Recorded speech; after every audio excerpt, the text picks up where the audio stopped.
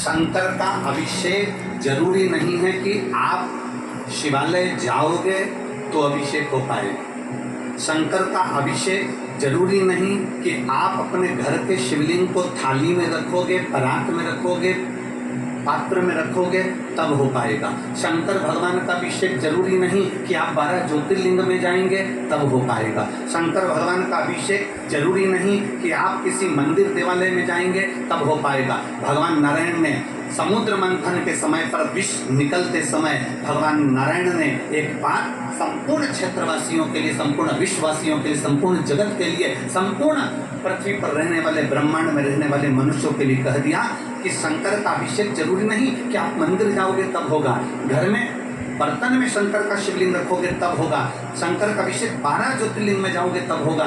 शास्त्र कहता है शंकर का अभिषेक तुम जब भगवान शंकर को दिल से याद करते हो, श्री शिवाय नमस्तुभ्यम, ओम नमः शिवाय, नमः शिवाय, जब तुम स्मरण करते हो पंचाक्षर मंत्र का, षडाक्षर मंत्र का या श्री शिवाय नमस्तुभ्यम का जब तुम स्मरण कर रहे होते हो और दिल से तुमने अगर उसको स्मरण कर लिया का या श्री शिवाय नमस्तुभ्यम का जब तुम स्मरण कर रहे होते हो और दिल से तुमने अगर उसको स्मरण कर लिया तो समझ लेना कि तुम्हारे शंकर हो गया, उसका चिंतन हो गया, उसका स्मरण हो गया, उसकी भक्ति हो गई, उसका मंत्र जाप हो गया। आप समझे उसको वजह।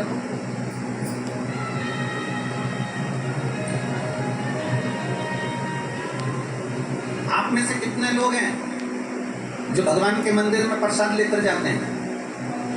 जल्दी से हाथ उठाओ। अरे उठाओ तो सही, कभी तो ले गए होगे, कोई से तो मंदिर में ले गए होगे, कोई से तो देवता क्या ले गए होगे, ले गए थे ना, हम भी ले गए, ठीक है, तुम ले गए थे तो हम भी ले गए, हम कोई अलग से तो पैदा हुए नहीं है, तुम ले गए थे तो हम भी ले गए। अब आप में से कितने लोग हैं जितना प्रसाद लेकर गए थे उतना की उतना प्रसाद तुमने भगवान को खिला दिया? हम भी लेकर गए थे, हम भी नहीं खिला पाए। अगर तुम में कोई बैठा हो जिसने भगवान को 1 किलो मिठाई पूरी खिला दी, लड्डू पूरा खिला दिया, बर्फी पूरी खिला दी, कोई बैठा है? नहीं, ना हम है ना तुम, जैसे तुम वैसे हम, ठीक है। अब अंदर बैठा भगवान को तुमने भोग लगाया और तुमने वो प्रसाद वहां रख दिया, तुमने वो प्रसाद वहां दे दिया और भगवान को नमन कर कर कहा बाबा मैं तुम्हारे लिए ये भोग लेकर आई हूँ, आप इसको पा लें।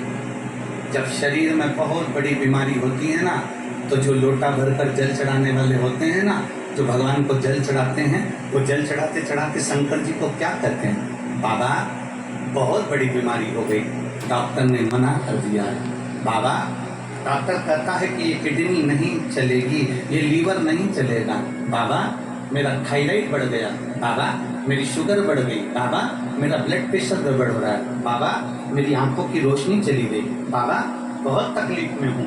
तब हम जब भगवान शंकर को जल चढ़ाते हैं ना, उस समय बाबा से कहते जाते हैं और बाबा से आखिरी में जल चढ़ाकर फिर कहते हैं बाबा मैंने जो जल समर्पित करा है ना बाबा, इसको अमृत कर दीजिए। मैंने सुना है आपकी जटा में गंगा है और गंगा अमृत का काम करती है। मैंने सुना है आपकी जटा में चंद्र है, चंद्र अमृत का काम करता है। बाबा मैंने सुना है आपके मस्तक पर सूर्य है, सूर्य अमृत का काम करता है। बाबा आपके पूरी शरीर में 33 कोटि देवता विराजमान है। बाबा जब मैं जल चढ़ाऊं ना तो इसको अमृत कर दीजिए और मेरे रोग को आपका जल का आचमन करते से ही मेरे रोग समाप्त कर दीजिए। शिव रोग को समाप्त कर दीजिए।